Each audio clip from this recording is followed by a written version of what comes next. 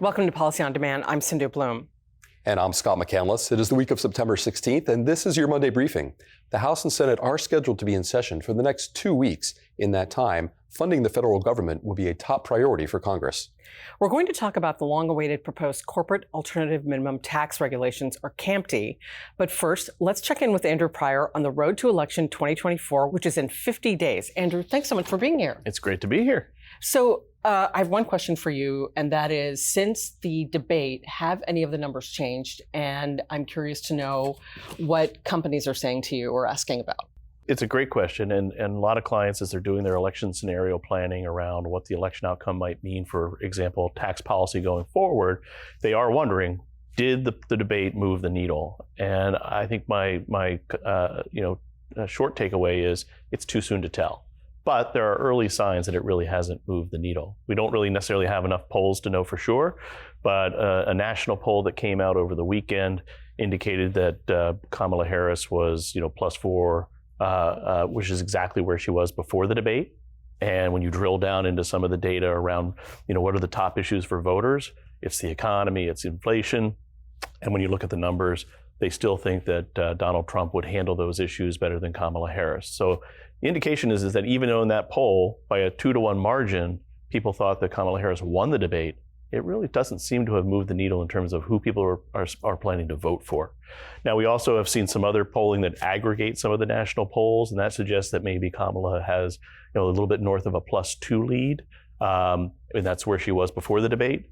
Now that, I think these are national polls, not state by state, and of course it's not a popular vote, it's the Electoral College vote.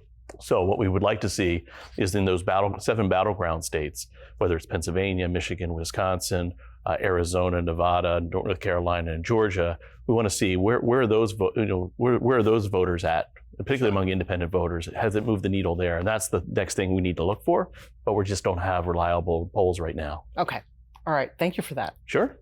Last week, the government issued 600 pages of proposed CAMT regulations and Notice 2024-66, which provides a limited waiver of the addition to tax.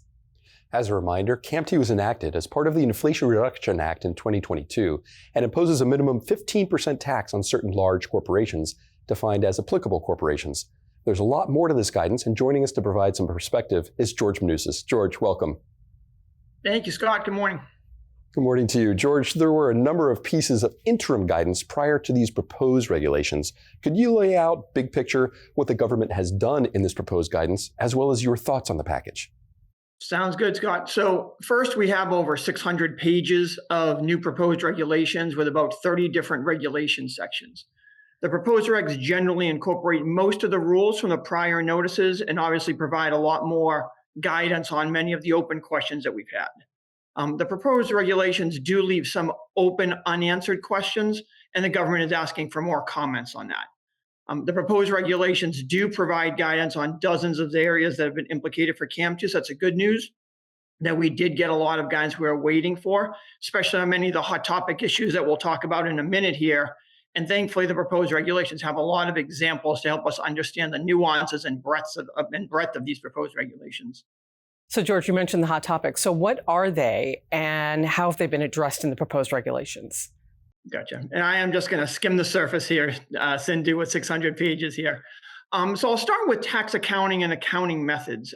First is that the simplified method for applicable corporation determination is no longer limited to the first CAMT year. So that's welcome news for smaller businesses.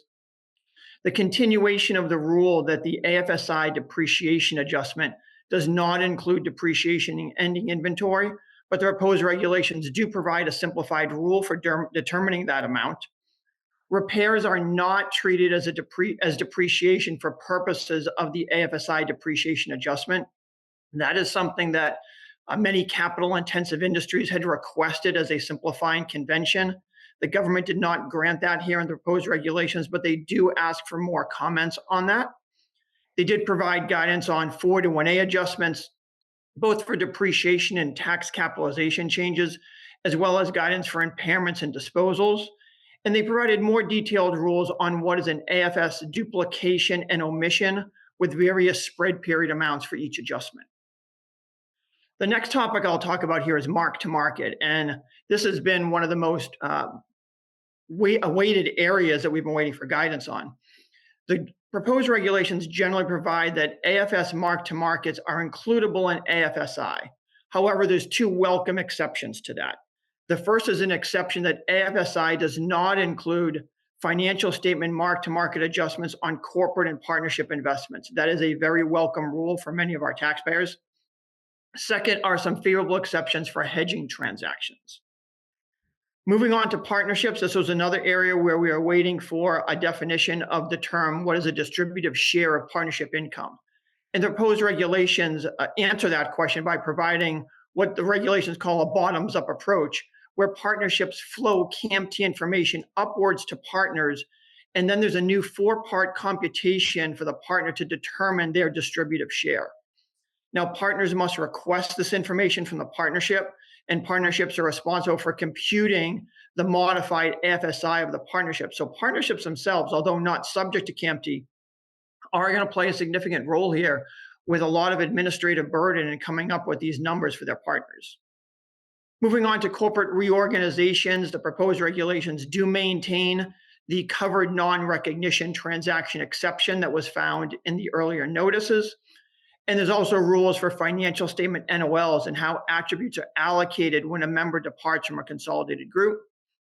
And then finally, on the international front, dealing with the so-called double counting or potential double counting of CFC earnings, the proposed regulations are consistent with prior guidance in that AFSI generally excludes any P&L items that are reflected in the financial statements with respect to the ownership of stock of a foreign corporation.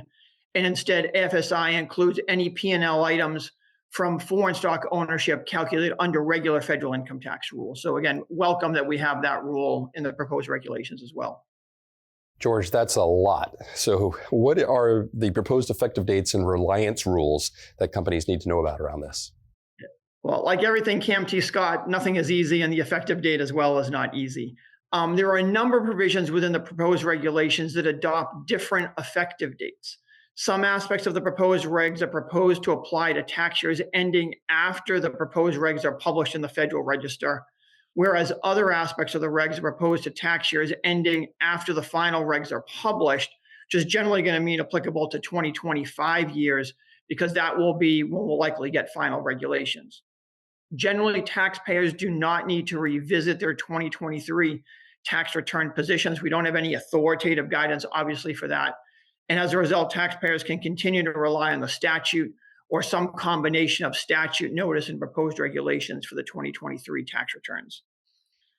The proposed regulations do also talk about how the government proposes to address what they call catch-up adjustments between what a taxpayer did prior to the final regs and what they are doing in order to comply with the final regulations. Because obviously we'll have a difference between what the final regs say and all of the guidance prior to that. And that's really what the government is trying to address, is how are taxpayers going to reconcile for those differences between what they did prior to final reg years and then what they need to do in final reg years. George, as you think about the challenges that face companies, what are some of the biggest ones that companies need to be aware of right now with respect to this guidance? Well, if people didn't already know how complex CAMT was, just start reading these proposed regulations. You'll get a feel for really how complex this is and the administrative burden it's going to place both on taxpayers and on the IRS. Among the challenges are tax needs a full understanding of their financial accounting. And as I've been telling clients since the beginning of CAMT, every taxpayer's CAMT team has to include financial accounting expertise. There's just too much financial accounting that is embedded within CAMT that tax folks generally aren't going to have an appreciation for all the nuances of what goes on in financial accounting. Partnership computational reporting burdens to the partners.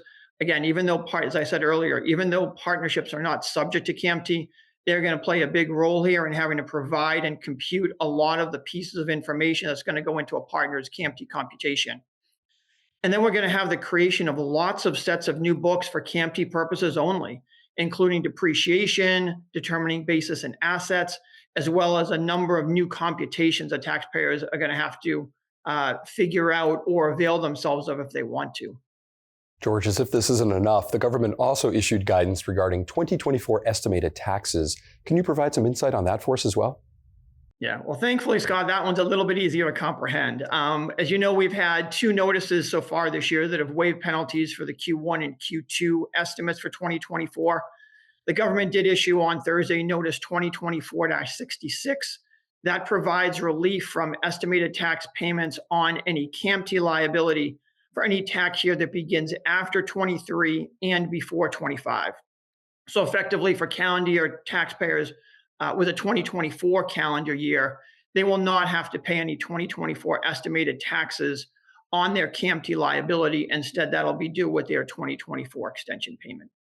George, thank you so much for your insights. We appreciate it very much. My pleasure, Scott. And Sindhu, good talking with you guys. Andrew, thank you for joining us as well. Appreciate your time and insights. And for our viewers, in the description of this episode, you will find a link to the latest Week in Review with Chairman Dave Camp and links to upcoming tax readiness webcasts. A note that we're going to have more on the CAMT regulations this week, an episode focused on international issues, as well as another episode of Election Watch. Thank you, as always, for spending this time with us, and we hope you have a great week. Take care.